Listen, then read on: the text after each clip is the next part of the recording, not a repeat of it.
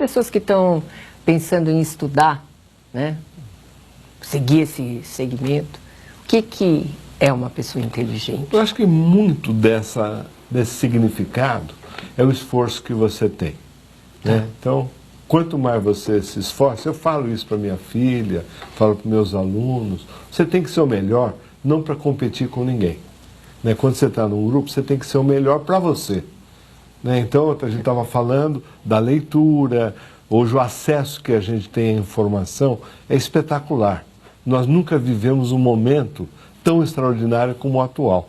Sim. Você pode aprender tudo o que você quiser, desde que você faça esforço.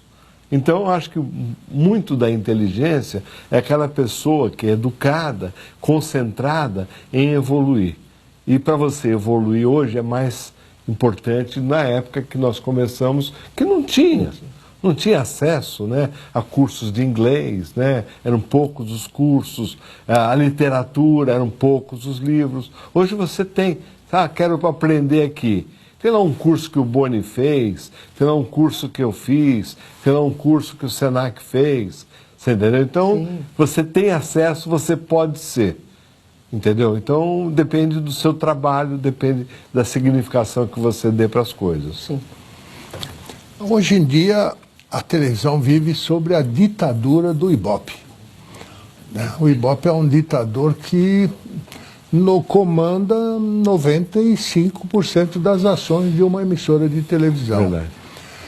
De certa forma, a coisa ficou parada, difícil de mudar, porque a publicidade não é vendida pela qualidade do programa.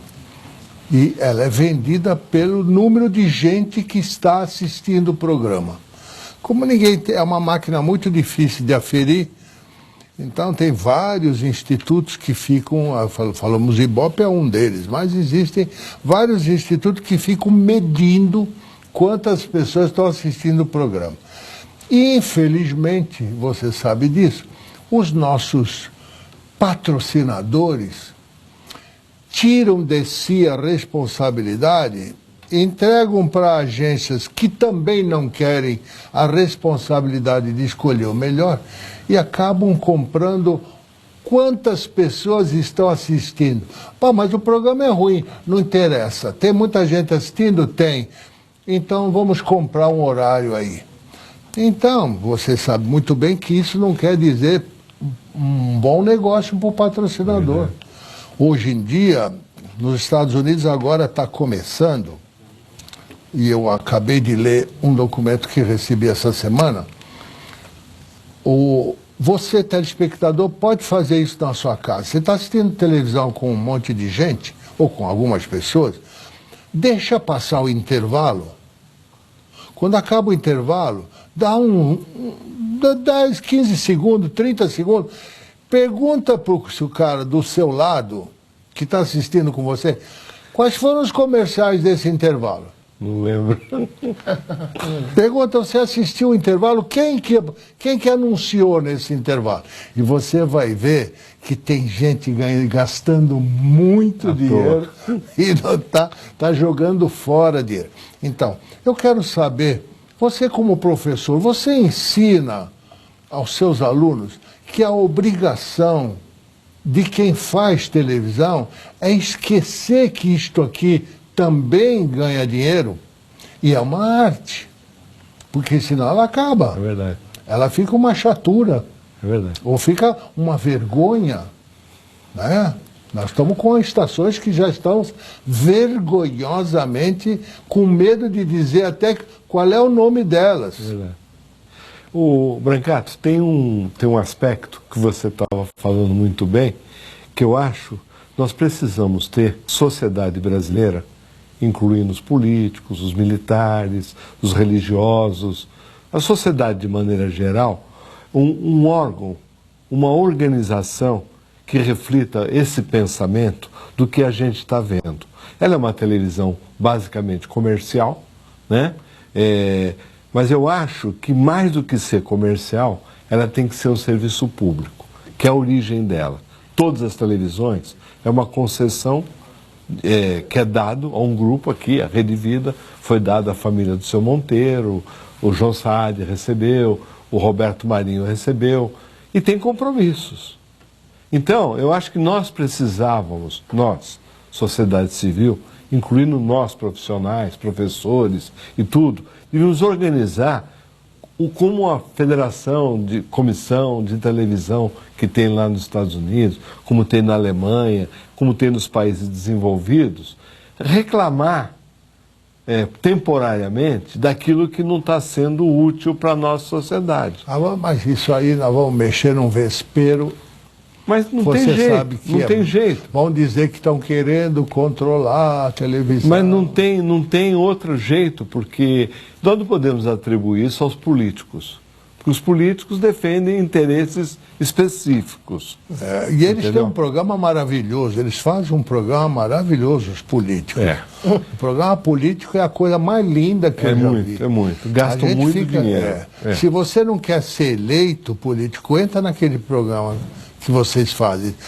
O telespectador, eles não têm a menor ideia da ojeriza que o telespectador tem quando você aparece no programa de televisão para falar aquelas bobagens políticas que eles falam.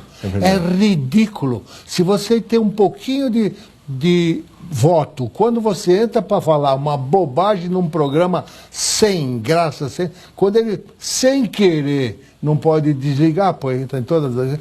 Sem querer, ele vê você num programa de televisão e diz assim: olha, mulher, marca o nome dele aqui que é pra gente não votar mais pro resto da vida. É verdade. O voto é a coisa mais séria que alguém te dá, meu amigo político. O voto é a coisa mais séria que alguém te dá. Aprenda, candidato político, você só vai ganhar o voto se o indivíduo te amar. Porque ele não vende o voto nunca. Verdade. Ele pode trocar por uma dentadura. Na hora que você dá a dentadura, a camisa, ele botar no peito, porque se ele usar porque precisa e ele não tem dinheiro, aí é que ele não vota mais em você mesmo, para provar que ele é livre. Se é indivíduo com a camisa política, você chega e diz: votou no fulano? Ele diz: imagina, eu estou com a camisa dele porque eu não tenho outra. É verdade. Eu sou obrigado a usar esta porcaria desta camisa que ele me deu porque eu não tenho outra, a minha mulher lavou e eu não tinha. Então estou usando a camisa. Mas voto, o meu voto ele não vai ver nunca. Eu vou usar a camisa que ele... Olha que coisa séria que é. Brancato, mas focando um pouquinho ainda a sua pergunta... Tá todo mundo já começando. Os sinais já estão... Opa! Eu já vou terminar. Focando bem essa sua pergunta, o motivo de eu ficar esses anos todos dando aula foi essa motivação de você ajudar a montar programas e ideias na televisão. Bom, Fim, mostra com essa câmera aqui, mostra aquele câmera, o que ele tá fazendo aqui. Fala para mim, o que você falou? É o Gilson. Tá fazendo. Atenção, do Bonfim, vamos para o nosso comercial.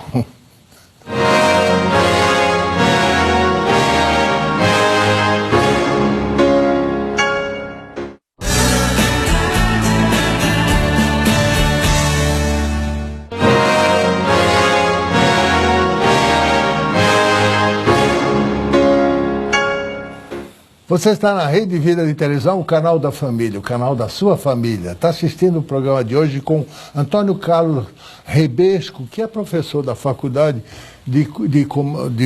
da FAAP. Ele leciona televisão, rádio, e é um homem pioneiro da televisão. Ele está na televisão há 196 anos, né, desde o tempo da televisão a lenha. Né, ele já trabalhava na televisão, foi tudo, foi diretor de TV, foi câmera, foi iluminador, foi qualquer coisa. Quem entra na televisão não sabe o que será. Vamos lá, vamos continuar. Olha, nós temos aqui algumas coisas da sua carreira. Então nós vamos pedir para o nosso diretor de TV ir botando no ar essas coisas e a gente vai conversando, você vai explicando o que são esses marcos da sua carreira. Olha, já está no ar. O que é isso aí? É um musical? Esse é o espetáculo Fantasma da Ópera, que a gente fez para a divulgação do espetáculo. Esse é o espetáculo do Alexandre Pires, que virou DVD depois, né? Esse é promoção também de teatro, né? De exposição, né? A gente fez comerciais também, pouco. eu não fiz muitos comerciais na minha carreira. Isso são produtos da sua empresa? Isso, da Pipoca Cine Vídeo, que existe há 15 anos. Os espetáculos, eu gravei muitos espetáculos para a TV Cultura. Festival de Inverno, Festival de Verão, Festival de Jazz.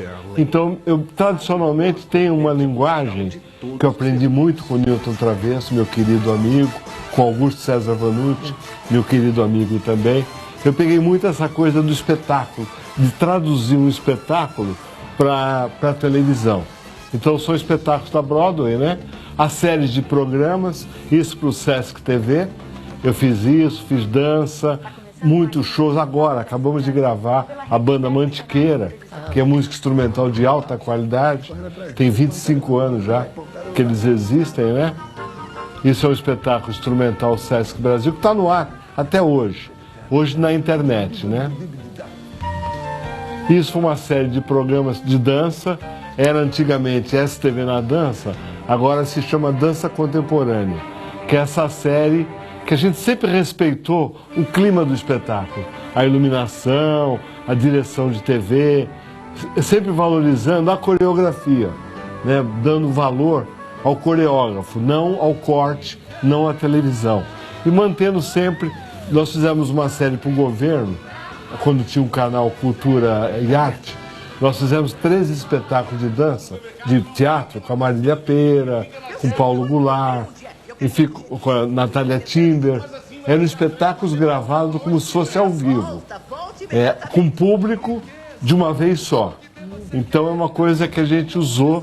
Isso foi uma série que eu fiz para a TV Gazeta, com o Roberto Ravioli, sobre comida. A gente comia muito bem naquele dia. Que fazia 3 programas, almoçava 3 vezes. E o Roberto é um cara... Luiz, apareceu o Silvio Luiz. O Silvio Luiz era um convidado. Foi convidado vários personagens. Agora está na moda programa de comida. Isso, né? isso. Agora está na moda. É verdade. Isso foi uma série de música erudita, né? Foram concertos que viraram programas de música nova, né? Você imaginou, eu trabalhei na TV Paulista, nós tínhamos 7 maestros contratados. Este é o programa... 7 dos maiores maestros do Brasil. Né? Tupi, Paulista. Eram contratados pela Record, Paulista. Né? Era gente maravilhosa, que nós tínhamos uma orquestra com 72 figuras que eram funcionários da TV Paulista. E eu fazia um programa quando os maestros se encontram. Toda semana era um maestro. O Pocho era uma semana, outra, Espartaco Rossi. Gente de altíssimo gabarito que fazia um programa por semana. Hoje, qual é a televisão que tem uma orquestra? Não tem nenhum conjunto. É verdade. Os musicais são uma chatura. É pobre, né? Os musicais são chatérrimos. Não tem mais música na televisão. É verdade. Música serve para vender disco, virou comércio. Né? Só vai na televisão quem... Né? Mas vamos para outro assunto. Quanto tempo nós temos de programa? Eu vou perguntar o tempo, eles ficam fazendo uns sinais cabalísticos. Normalmente nos programas normais a gente faz isso escondido, mas hoje, como você está dentro de uma produção de televisão, eu pergunto para o câmera, o diretor TV, que é aquele pobre coitado que está lá em cima, no ar-condicionado, no ar-condicionado gelado, já está duro, ele já não fala. Quanto tempo nós temos de programa? 6 minutos. 6 minutos, está ótimo. Em 6 minutos dá para a gente não fazer nada. Ainda vamos caminhando para o final. As meninas podem fazer uma pergunta a cada um. Perguntinha simples, mudando de assunto aqui. O que você acha que aconteceria se Jesus voltasse à Terra hoje? Tá bom. É uma pergunta bem complexa, né? Porque com essa história do Big Brother, né? Tudo é revelado, tudo é vulgarizado, né? Então é difícil, né? É difícil porque hoje há uma disseminação muito grande do pensamento filosófico e religioso, né? Muitas opções você tem.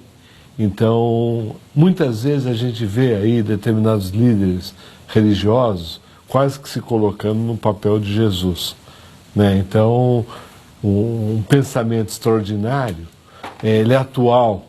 O que Jesus passou é uma coisa completamente atual. Se a gente seguisse o pensamento de Jesus, a gente teria uma vida muito mais interessante. Mas realmente é uma imagem que a gente tem, né, que dificilmente a gente pode prognosticar a reação do povo, né? Pode ter importância, pode ser vulgarizado, enfim, há muito hoje comércio da religião e na religião, muito, muito. Eu vejo muito comércio, muito. Tenho minha fé, tenho minha crença, eu acho o maior líder que apareceu de todos os tempos, Jesus, né? A mensagem dele é a mais bonita possível. Eu ia perguntar para você, complementando, se existe religião na sua vida. Existe, Se você... Existe fé, existe religião. Eu acho que o homem, ele precisa ter fé, né? Você pensa, você imagina, e nessa imaginação e nessa fé, você tem que ter um pensamento, uma filosofia que não pode ser totalmente descrente, né? Não pode. Você já recebeu algum milagre? Já, muitos, muitos. Nesses 66 anos, eu tive muita prova bonita, né? Algumas difíceis, mas muito rica, muito rica. Eu me lembro, uma vez estava na antessala do INCOR, né, e falei para minha mulher, eu gostaria de falar com as pessoas que vão ser operadas amanhã. E eu fui lá falar sobre fé, ninguém me pediu, eu saí para dar confiança, porque eu estava tão confiante. E só para uma curiosidade, quando eu estava indo para fazer Ponte Safena, eu encontrei o bispo, aquele que teve agora um problema, o Dom Evaristo. Encontrei com ele estava indo fazer uma operação de trombose, e eu estava indo fazer. Aí a moça falou, aquele padre, eu achei que era eu, né? Aí eu peguei, levantei a cabeça e eu vi o Dom Evaristo numa maca do lado, indo fazer uma cirurgia. Mas na véspera, na noite, eu estava com tanta confiança em Deus, com tanta esperança que tudo ia correr bem, que eu fui dar ânimo para quem estava na mesma situação que eu e fiz espontaneamente. Beleza. Espontaneamente. Isso foi no INCOR. Beleza. É um tema bom para a gente encerrar agora o nosso programa, a religião na televisão, né? Nós estamos com uma outra ditadura, porque as religiões agora descobriram que se compra horário na televisão, e aí começou o Festival do Milagre. Excessivo. Não é mais religião que estão apresentando, estão apresentando uma montoeira de mentiras, como se milagre fosse uma coisa que... como se Deus fosse empregado deles. Tem que obedecer, né? Você vem para a nossa religião, que na nossa religião Deus é empregado. A gente faz assim, ele faz o milagre. Ele cura o seu câncer, ele cura a sua... ele faz você ganhar dinheiro. Tem uma religião que diz, se você é pobre é porque Deus não gosta de você. Tem até bispa. Quem é que nomeou essa bispa? O marido dela. O marido dela, só pode ser o único. É como a dona Ângela, para mim ela é uma bispa, mas eu guardo a minha bispa na minha casa. Eu não vou montar nenhuma religião. Aliás, aproveitando para encerrar esse assunto aqui, encerrar não é o caso, mas para levantar esse assunto aqui para o telespectador começar a pensar em casa, cuidado com o cara que diz, na minha religião, eu acho que... Como na minha religião? Qual é a sua? Quem é você para ter uma religião? Quem é você para inventar uma religião? Para ter um culto? Quem é você para tentar fazer um templo maior que o de Jerusalém? Vai criar vergonha na cara. O que é isso? Você, para montar uma religião, amigo, tem no mínimo que fazer o que o Cristo fez. Morre crucificado, ressuscita, vou repetir, ressuscita para poder ter direito de dizer, olha, quer entrar na minha religião os homens procuram ser bons, fazem isso, fazem aquilo, e ressuscitam porque eu sou o Senhor da vida e da morte. Tem outra religião, telespectador? Tem, você conhece? Vai atrás para ver o que te acontece. É fruto da televisão, o perigo da televisão. Deixa eu fazer as 3 perguntas normais do programa. Qual foi o assunto que você gostaria de ter abordado e vamos abordar no próximo programa, se Deus quiser? Não, eu acho que, de uma maneira geral, estou satisfeito com a oportunidade que eu estou tendo de falar um pouco da minha paixão, do meu amor por aquilo que eu faço e procuro transmitir para as pessoas que trabalham comigo e têm aulas comigo. Maravilha. E você, quantas vezes você mentiu no programa de hoje? Olha, eu acho que nenhuma. Não precisou. Acho que nenhuma. Não precisei mentir. E alguma pergunta ofendeu você, por acaso? A gente já pede desculpa adiantado. Não, foi muito bem recebido aqui, muito querido. A equipe da Rede Vida, o Eduardo, o seu Monteiro, eu dou parabéns a você, a sua equipe. Eu acho que me senti muito à vontade. Isso tem sido a minha vida. Obrigado. É uma homenagem que nós estamos prestando a todos esses pioneiros da televisão, na pessoa do nosso querido convidado de hoje, o Antônio Carlos Rebesco, é o Pipoca. Que apelido gostoso que ele tem, gostoso de falar, gostoso de pronunciar. Como ele é esse simpático, esse amigo cordial, esse professor que vai ensinar tantos jovenzinhos que gostam dele, e nós trouxemos para você conhecer gente que faz televisão. Todo mundo é apaixonado por televisão hoje em dia.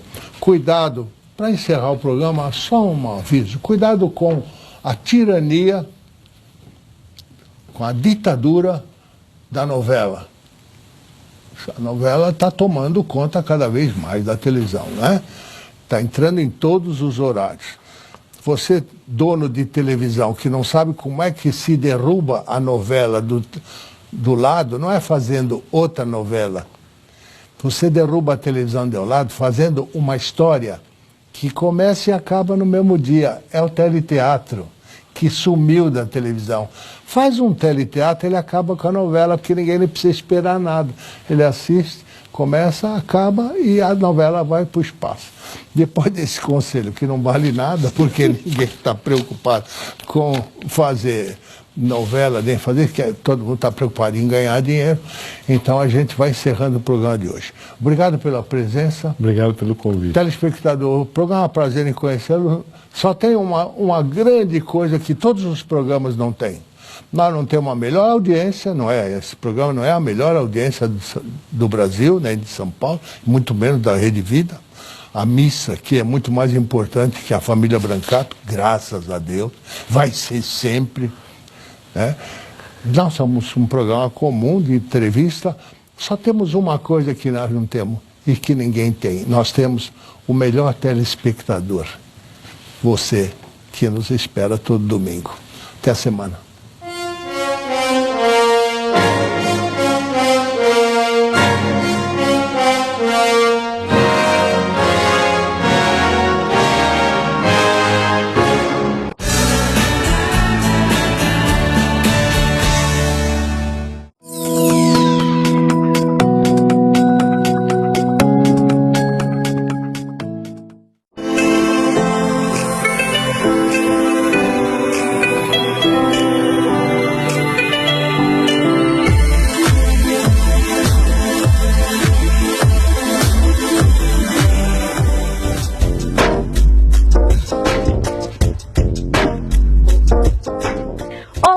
Tudo jóia? O tema da nossa aula de hoje é muito importante, que é corrosão.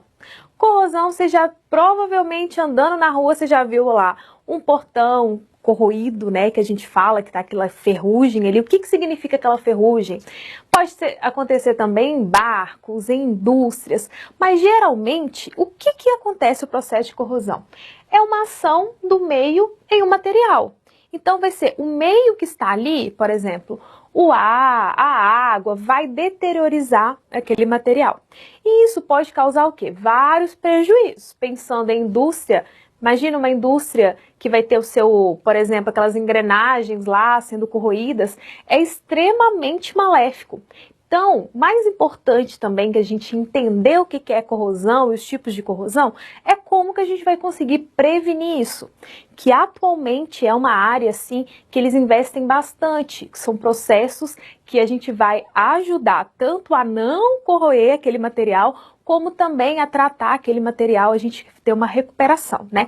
Acontece também em navios, então desde a sua casa, aquele prego ali, aquele processo de corrosão naquele portão, até navios que a gente pensa também em processos industriais que acontecem.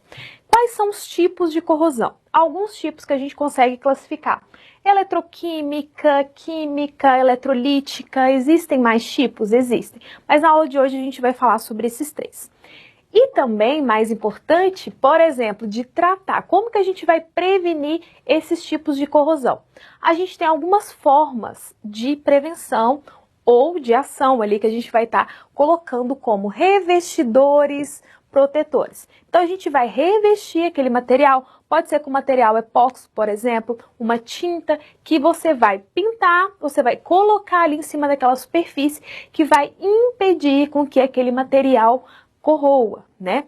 E também uma outra forma seria a proteção catódica. Então a proteção catódica é como se a gente fosse fazer ali uma pilha artificial, de maneira que também aquele material não vá corroer mais. E por último, a gente tem os chamados inibidores de corrosão, que são aqueles materiais, podem ser também orgânicos ou inorgânicos, que a gente vai adicionar aquele material que a gente quer proteger, que eles vão inibir esse processo de corrosão. Então isso daqui é uma área que tem bastante investimento, bastante pesquisa, porque é extremamente importante que a gente consiga quebrar esse ciclo de corrosão. Agora a gente vai